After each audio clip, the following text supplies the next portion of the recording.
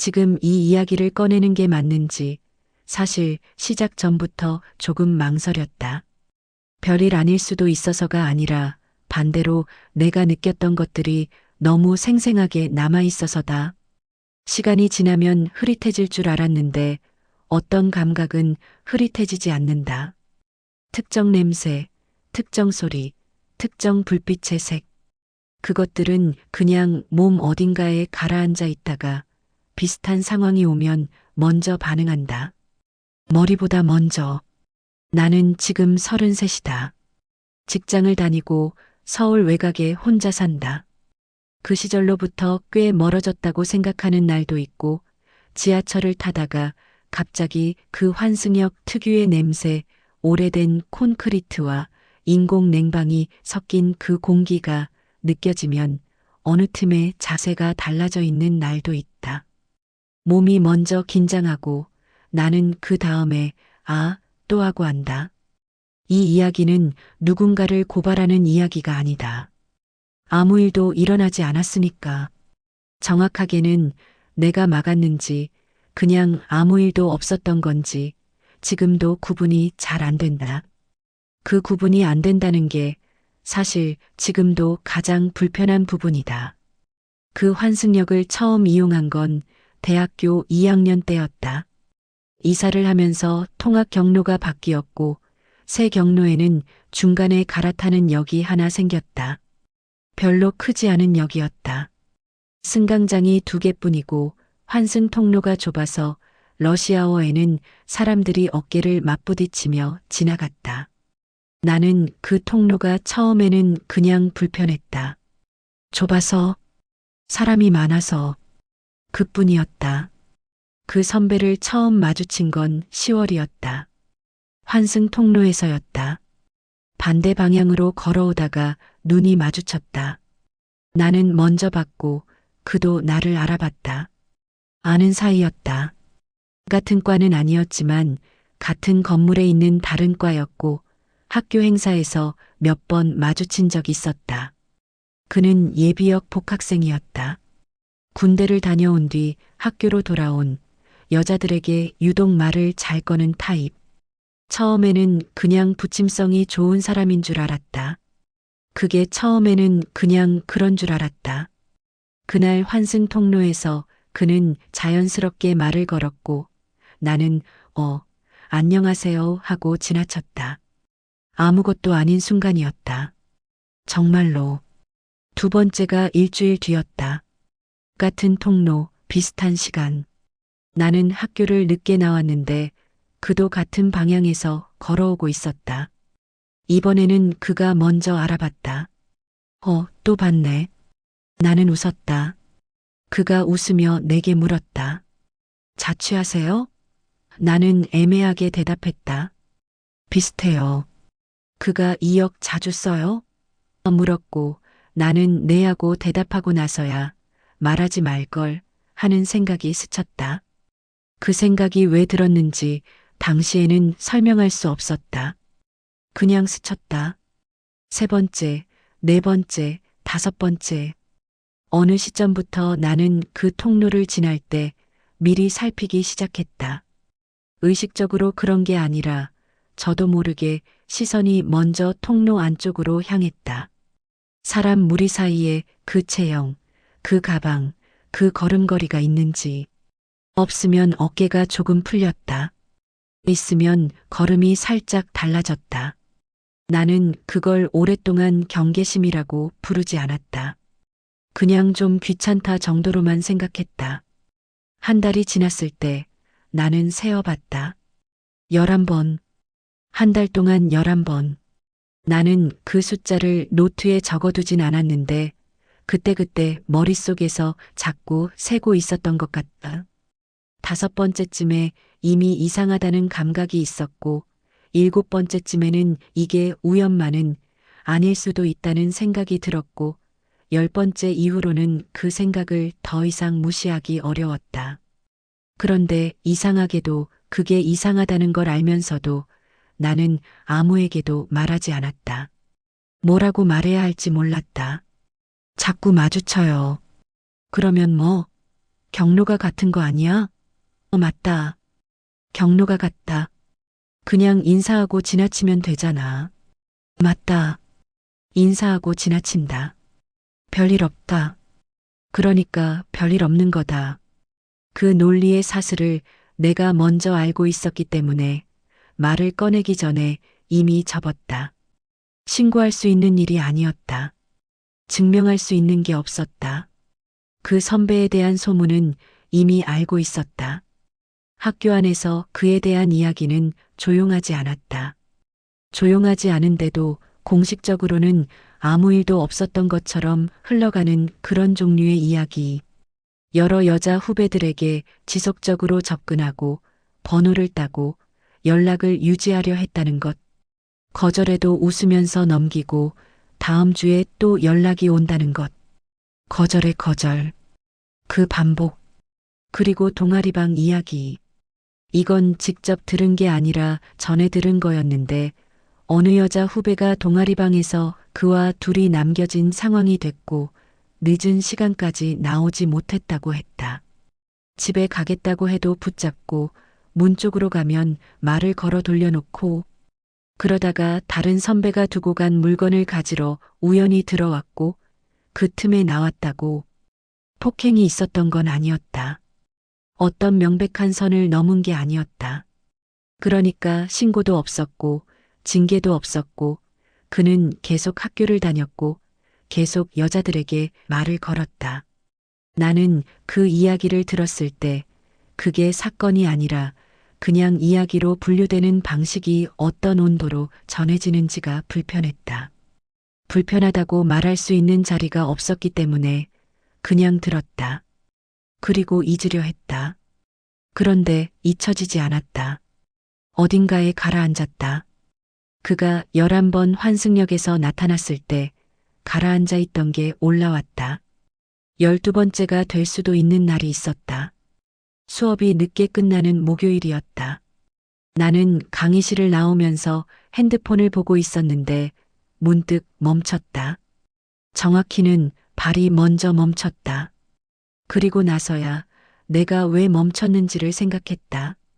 오늘 그 시간 되면 환승역에서 마주칠 수 있다. 그 생각이었다. 나는 그 자리에서 핸드폰을 주머니에 넣고 잠깐 서 있었다. 통로 끝에서 오는 학생들이 내 옆을 지나쳤다. 누군가 어깨를 스쳤다. 나는 움직이지 않았다. 그날이 11번이었나 10번이었나 또 머릿속에서 세고 있었다. 11번. 맞다, 11번이었다. 나는 평소 경로를 탔다. 그냥 탔다. 생각을 접고 탔다. 환승역에 도착했을 때 심장이 조금 빨랐다. 그 감각이 느껴진 게 기분 나빴다. 심장이 빨라지는 이유가 뭔가 대단한 일 때문이 아니라는 걸 알면서도 빨라지는 걸 멈출 수가 없어서 그냥 그 상태 그대로 통로를 걸었다. 그날은 없었다. 없었는데 오히려 그게 이상했다. 안도했는데 안도가 끝까지 이어지지 않았다. 개찰구를 통과하고 계단을 내려가고 열차를 기다리는 내내 뒤를 봤다. 아무렇지 않게 핸드폰을 보는 척하면서 시선은 계속 주변을 훑었다. 플랫폼 끝쪽, 계단 위 열차가 들어오는 방향의 반대편. 없었다. 없었다. 없었다. 열차가 문을 닫고 출발했다. 나는 손잡이를 잡고 서 있었고 어깨가 내려가는 게 느껴졌다. 그제야 내가 어깨를 올리고 있었다는 걸 알았다. 그게 조금씩 쌓이고 있었던 것 같다. 직접적인 위협이 있었던 게 아니었다. 그가 나를 따라온다는 확신도 없었다. 같은 경로를 이용하는 거라면 마주치는 건 이상한 일이 아니었다. 하지만 이상하지 않다고 생각하는 것과 이상하지 않게 느껴지는 것은 달랐다. 나는 전자는 할 수 있었는데 후자는 잘 안 됐다. 그 차이가 필요했다. 마음이 필요하다는 말을 그전까지는 잘 안 썼는데 그때는 그 말이 자꾸 생각났다. 필요하다. 경계하는 게 필요하고 경계하면서도 확신이 없는 게 피로하고, 확신이 없으니 아무한테도 말 못하는 게 피로하고, 그 피로가 어느 날부터는 집에 돌아오면 그냥 누워있는 형태로 나타났다. 씻지 않고 뭘 먹지 않고 천장을 보다가 알람 소리에 잠이 깨는, 그게 지쳤다는 건데 지쳤다는 걸 인정하고 싶지 않았다. 이유를 설명할 수 없는 것에 지쳐 있다는 게 왜 지쳐 있는지 내가 설명을 못한다는 게 더 지치게 만들었다. 선택은 그 다음 주에 있었다. 역시 목요일이었다. 수업이 끝나고 강의실을 나왔을 때는 이미 어두웠다. 11월이었고 해가 빨리 졌다. 나는 에스컬레이터를 타고 내려가면서 핸드폰 화면을 봤다. 7시 14분. 평소 환승역에 닿는 시간이 7시 40분쯤. 그리고 그는 지금까지 11번의 패턴을 떠올리면 7시 30분에서 8시 사이에 주로 나타났다. 그 시간대가 아마 그의 수업이 끝나는 시간이거나 수업 후에 학교에서 시간을 좀 보내고 나오는 패턴이거나. 나는 지하철역 입구 앞에서 멈췄다. 사람들이 내 양옆으로 들어갔다. 나는 그냥 거기 서 있었다. 핸드폰을 다시 봤다. 7시 15분. 1분이 지났다. 별로 안 지난 것 같은데 1분이 지났다. 나는 화면에서 눈을 들어 역 입구를 봤다가 다시 내렸다. 이 역에서 다른 노선으로 갈 수 있다는 걸 알고 있었다. 환승역을 거치지 않고 돌아가는 경로. 시간이 20분쯤 더 걸리고 요금도 조금 더 나왔다. 비효율적인 경로. 이유가 없으면 탈 이유가 없는 경로. 그런데 이유가 있으면? 나는 그 생각을 꽤 오래 붙잡고 있었다. 정확하게는 이유가 있으면이 아니라 이유라고 부를 수 있으면에 가까운 고민. 내가 느끼는 이 불편함과 피로가 돌아가는 경로를 선택할 만큼의 이유가 되는지, 누군가에게 설명해야 한다면 설명이 가능한지, 그냥 자꾸 마주치는 게 불편해서요. 그러면 그게 이유야? 그럴 수도 있었다. 7시 21분. 오가는 사람들 사이에 서서 나는 어깨가 조금 올라가 있는 걸 느꼈다. 목이 단단했다. 손에 들고 있는 교통카드 지갑을 쥔 손이 의식하지 않았는데 꽤 세게 쥐어져 있었다. 나는 손을 의식적으로 풀었다. 그리고 다시 쥐어졌다. 되돌릴 수 없다는 느낌이 이상하게 들었다. 어느 쪽을 선택해도 그냥 집에 가는 건데 돌아가는 경로를 한번 선택하면 뭔가가 달라지는 것 같은, 그게 뭔지 설명이 안 됐다. 내가 스스로 인정하는 게 달라지는 건지 아니면 그냥 내 경로가 달라지는 건지, 인정하면 그 인정이 뭔가를 만들어내는 게 두려운 건지, 아니면 그냥 20분이 더 걸리는 게 아까운 건지, 다 인지하면서도 발이 안 움직였다. 7시 23분. 그날 나는 돌아갔다. 환승역을 지나치는 노선을 탔다. 20분이 아니라 한 28분쯤 더 걸렸던 것 같다. 환승도 한 번 더 했다. 앉지 못하고 내내 섰다. 이상하게도 열차가 출발하고 나서도 긴장이 바로 풀리지 않았다. 창문 밖은 지하터널이었고 흔들리는 열차 안에서 나는 손잡이를 잡고 핸드폰을 보고 있었는데 실제로는 화면이 눈에 안 들어왔다. 시간을 봤다. 7시 29분. 지금쯤 그 통로에는 사람이 몇이나 있을까 하는 생각을 했다. 그리고 그 생각을 하는 내 자신이 조금 이상하게 느껴졌다. 아무 일도 일어나지 않았다. 오늘도 어제도 그전에도. 그런데 그 아무 일도 일어나지 않았다는 사실이 안도로만 이어지지 않았다. 어딘가에 그러니까 아무것도 아니었던 거야와 그러니까 아슬아슬하게 아무 일이 없었던 거야가 동시에 존재하는 것 같았고 나는 그 두 가지 사이 어딘가에 계속 있었다. 어느 쪽이 맞는지 확인할 방법이 없었다. 앞으로도 없을 것 같았다. 집에 도착했을 때는 8시가 훨씬 넘어 있었다. 나는 가방을 내려놓고 코트를 벗지 않고 잠깐 소파에 앉아 있었다. 특별히 어딘가가 아프거나 힘든 게 아닌데 그냥 거기 앉아 있었다. 오늘 제대로 밥을 먹었나 생각했다. 점심을 먹은 것 같은데 뭘 먹었는지 기억이 잘 안 났다. 그 선택이 맞았는지 틀렸는지 그날 밤에도 몰랐고 지금도 모른다. 비슷한 선택이 그게 처음이 아니었다는 건 나중에야 조금씩 이어붙이면서 알았다. 기억 중에 가장 잃은 건 고등학교 때다. 학원 끝나고 버스를 타는 정류장에서 같은 학교 남자 선배 하나가 몇 주에 걸쳐 자꾸 보였다. 어떤 날은 버스를 같이 타기도 했다. 그가 뭘 한 건 아니었다. 말을 걸지도 않았다. 그냥 있었다. 그런데 어느 날부터 나는 그 정류장에서 한 정거장 뒤에 있는 정류장까지 걸어가서 거기서 버스를 탔다. 이유를 누군가에게 설명한 적 없었다. 설명할 이유도 없었다. 그냥 그렇게 했다. 그 선택은 즉각적인 두려움으로 만들어진 것에 가까웠다. 두려움이라는 단어가 정확한지는 모르겠지만 몸이 반응하고 그 반응을 따랐다는 점에서는 두려움과 비슷했다. 두 번째는 대학교 1학년 때 술자리에서 자꾸 같은 자리에 앉으려 하는 사람이 있었다. 동아리 선배였다. 취한 척을 했다. 자리를 옮겨 앉아서 다른 사람 옆으로 갔다. 그 선배는 아무 말도 안 했다. 그냥 다른 사람이랑 얘기했다. 별일 없이 끝났다. 그런데 집에 오면서 그 긴장이 풀리는데 시간이 걸렸다. 지하철 안에서 속이 조금 안 좋았다. 술 때문이기도 했을 텐데 그것만은 아닌 것 같기도 했다. 그 선택은 피로와 회피로 만들어진 것에 가까웠다.